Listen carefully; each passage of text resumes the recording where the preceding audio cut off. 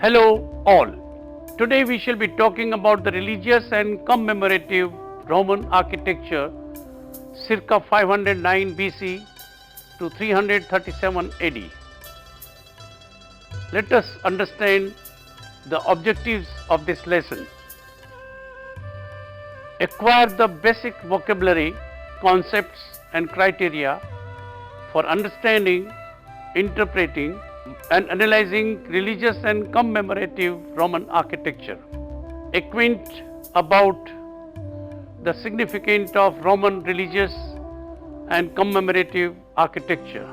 Know and appreciate significance of historical and cultural context of these architectural pieces. Learn and understand the relationship between the arts and times during which they were created.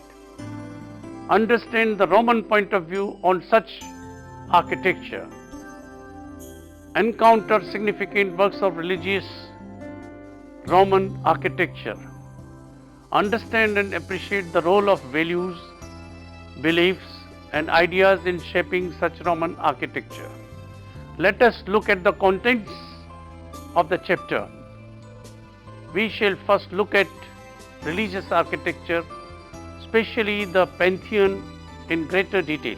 In commemorative architecture, after all broad features, we will look into the Arapacis, Trajan's column and triumphal arch.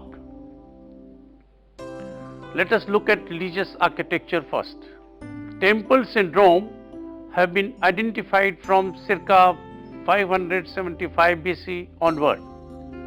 While earlier temples were very basic in structure and made of wood with terracotta ornaments. Subsequently, more solid materials such as travertine, marble, cement, brick gradually came into use. Temples obviously played an important role, not just for sentimental or emotional value, but also in the documentation of history. Roman temples were derived from Greek and Etruscan temples. Podium, base and the frontality of the temple came from the Etruscans. The columns, the cella, central room, the porch, pronaos, the orders and the pediment followed from Greece. The use of marble as the main material is also attributed to Greek artisan influx in Rome. Temples to worship the gods were built throughout the Roman Empire. Uniformity imposed by Roman Empire to every field of common life can also be seen in religious architecture. The temples were a home for gods in every city. Built on the top of a podium, the roofs of the temples were usually triangle shaped and supported by great pillars. Steps built behind the pillars led up to the main doorway.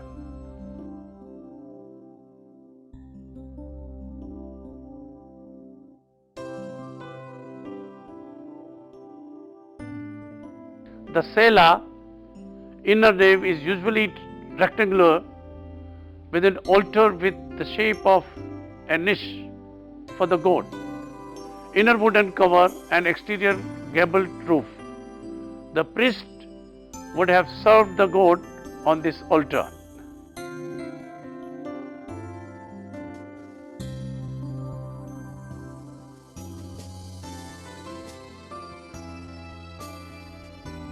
Sometimes they got a circular plan as Rome's Pantheon, but temples in Hispania are smaller with a conical cover or dome and central opening for the exit of smokes from sacred fires, similar to those of Temple of Vesta at Rome.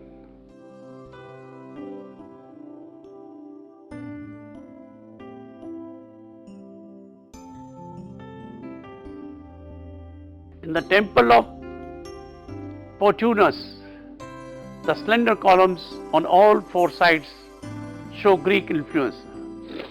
The corner columns, as in the Pantheon, save both the long and the short sides. One can see the Etruscan influence is apparent in the deeper porch, raised podium and steps, giving the temple a well-defined frontal aspect. Later, during the empire, this space was seen as a metaphor for the emperor's authority. The Romans had also moved beyond the Greek use of column as the primary means of support and colonnade, the organizing principle of architectural space. In terms of home temples, each family home would also have a smaller altar and shrine. The Romans had personal household gods and spirits called lares, which were worshipped every day at home. The shrine contained statues of lares and head of the household led family prayers around the shrine every day. The service was considered so important that family slaves were also invited. It is believed that most Romans were keener to please their lares than the public gods such as Jupiter. We now turn to the Pantheon. The Pantheon, a temple to the Olympian gods, is perhaps the most remarkable ancient building surviving in Rome and one of the marvels of world architecture in any age. It was built during the time of Hadrian and was dedicated to the 5 planetary gods known in the 2nd century: Jupiter, Mars, Mercury, Saturn and Venus, and possibly also to the Sun and Moon.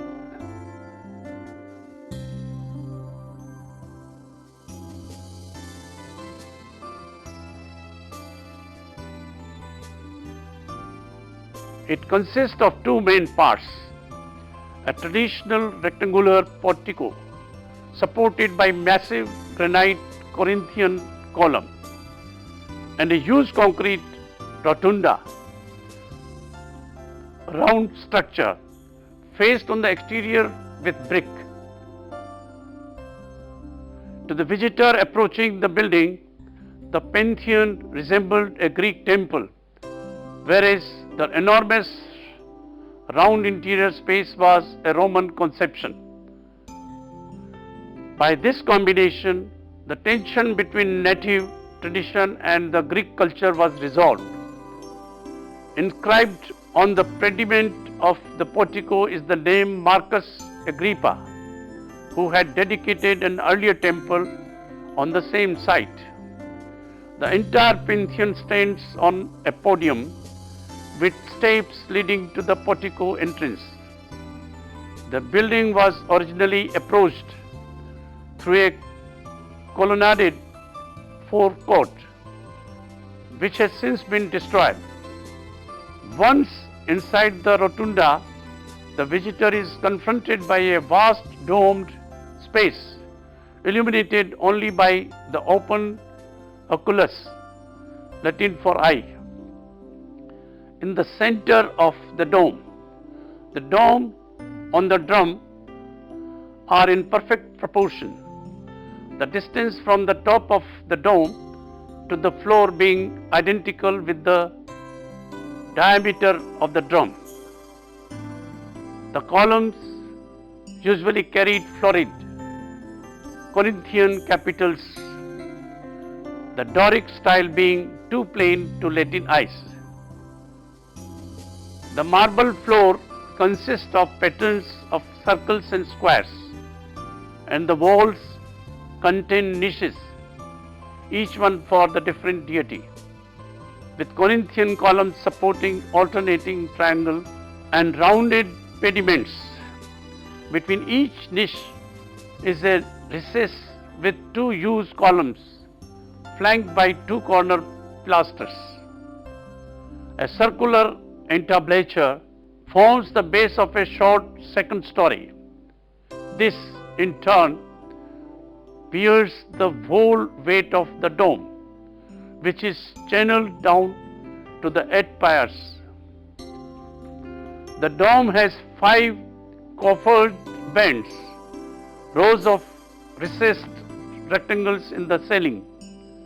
These reduce the weight of the structure and also create an optical illusion of greater light. The coffers were originally painted blue and each had a gold rosette in the middle, enhancing the dome's role as a symbol of sky or the dome of heaven. The blue paint repeated the blue sky visible through the oculus, which cast a circle of light inside the building. The illuminated circle reminded ancient Roman visitors of the symbolic equations between the sun and the eye of Jupiter, the supreme celestial deity of Rome. It takes the breath by the vast dimensions, the simplicity of its forms, and the audacity of the structural design. Let us look at some views of the temple.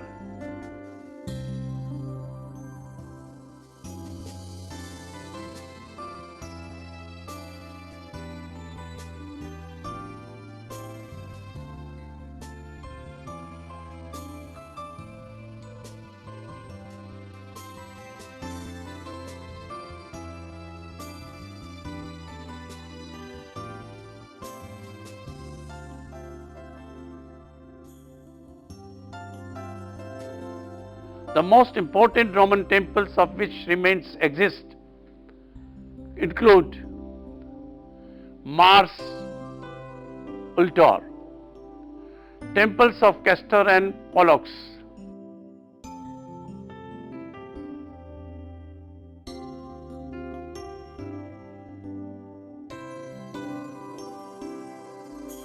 Fortuna Virilis,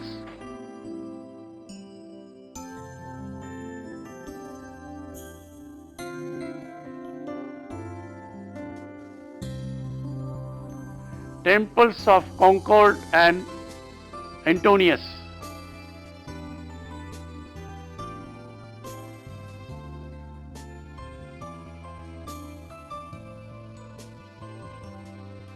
the temple of Bacchus and Baalbek,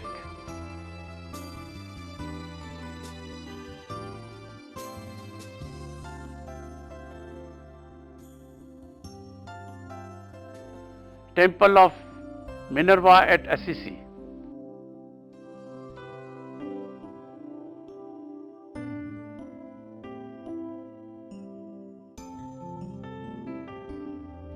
temples at Pompeii,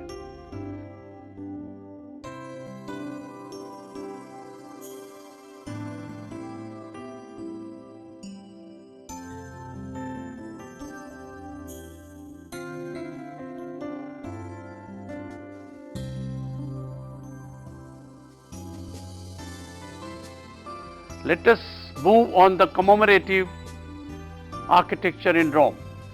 An important category of Roman architecture was developed to commemorate the actions of individuals, usually emperors and generals. Let us look at Arapacis, triumphal Roman architecture, but one of the greatest examples of early Roman sculpture. The Arapacis Augusti, Latin for altar, Augustan piece, consists of a stone table of sacrifice within a walled precinct whose walls are pierced by entrances on east and west. The Arapacis itself consists of a walled rectangular enclosure surrounding an open-air altar, emulating Greek custom. The outer sides of its 4 walls are carved with relief sculpture and all the sculptured sections of the monument are made from Luna marble. The shrine was inaugurated by the Roman Senate in 13 BC to mark the triumphal return of Emperor Caesar Augustus,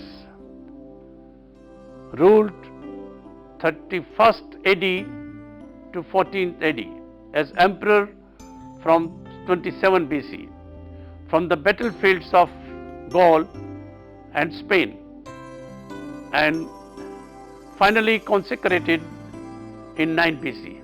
Made entirely of marble panels carved with elaborate sculpture, the monument presented powerful propaganda uniting portraiture and allegory, religion and politics, the private and public.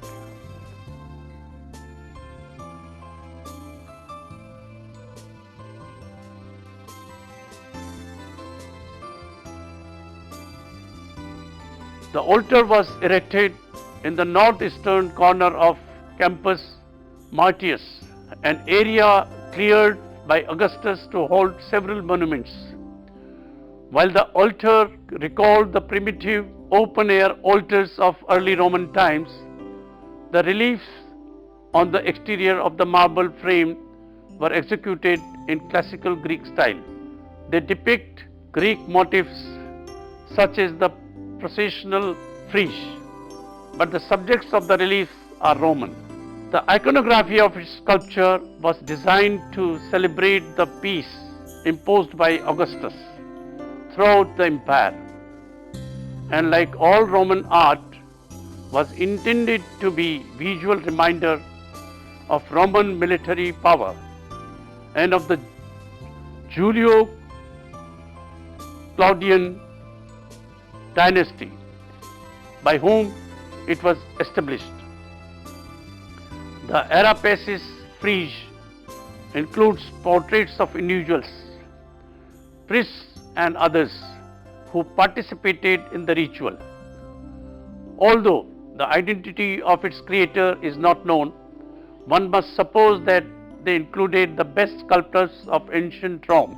Though once highly familiar with Greek traditions of stone sculpture.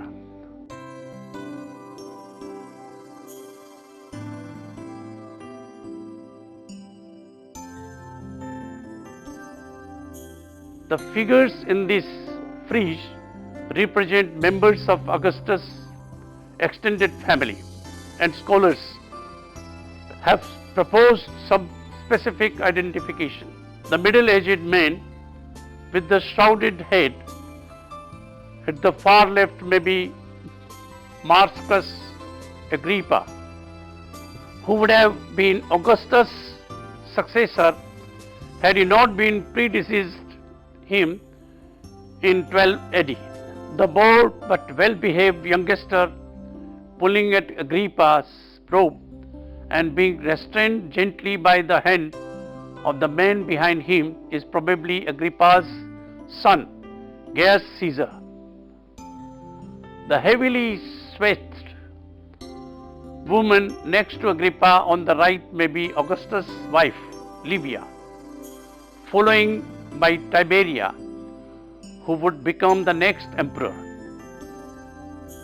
Behind Tiberius could be Antonia, the niece of Augustus, looking back at her husband.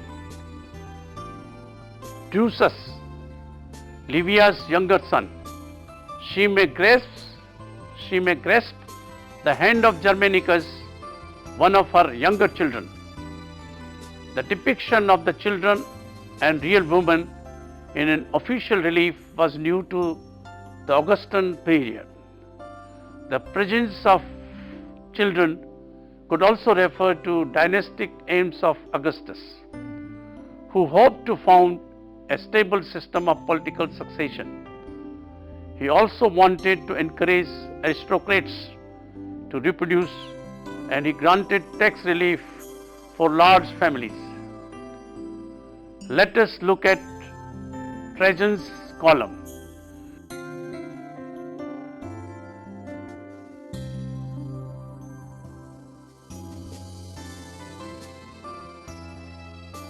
Trajan's column, Colonna Traiana, is a triumphal monument in Rome to celebrate the military victories of the Roman Emperor Trajan, ruled 98 to 117 CE in the Dacian Wars, fought in Transylvania and Carpathian Mountains, constituted during the period 106 to 113 in Trajan's Forum.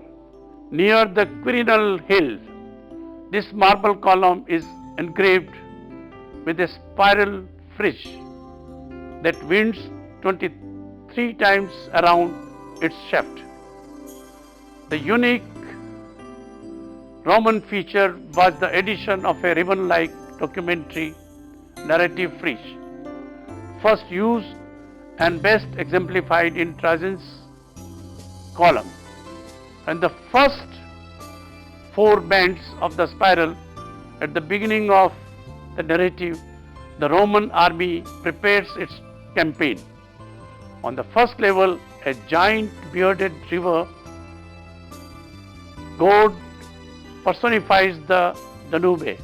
He watches as Trajan leads the Roman army out of walled city. Boats and soldiers fill the river. Talking about triumphal arch now, the Romans excelled at yet other architectural wonder, triumphal arches, mentioned in previous chapter.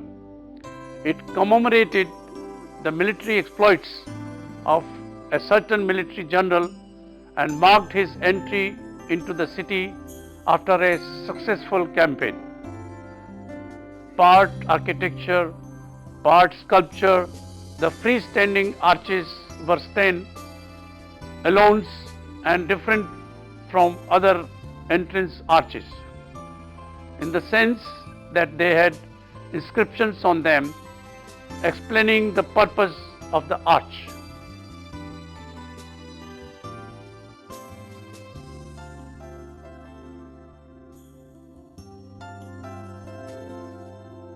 The Arch of Titus is the 1st century honorific arch located on the Via Sacra, Rome, just to the southeast of the Roman Forum. It was constructed in circa 82 AD by the Roman Emperor Domitian shortly after the death of his older brother Titus, to commemorate Titus' victories, including the siege of Jerusalem in 70 AD. Constructed of concrete and faced with marble, the passage of the arch is covered by a barrel vault. The arch served as a giant base, 50 feet tall, for a lost bronze statue of the emperor in a 4-horse chariot. A typical triumphal symbol. The inscription on the uppermost or attic story declares that the Senate and Roman people erected the monument to honor Titus. On one of the reliefs, you can see Titus soldiers carry their booty from the Jewish wars. They are seen carrying the menorah, the sacred Jewish candelabra with 7 candlesticks, whose weight and prominence reflect its importance for the Jews and hence its role as a symbol of the Roman victory. The base of the menorah and the arch are carved in perspective, reflecting the Roman taste for spatial effect and optical illusion.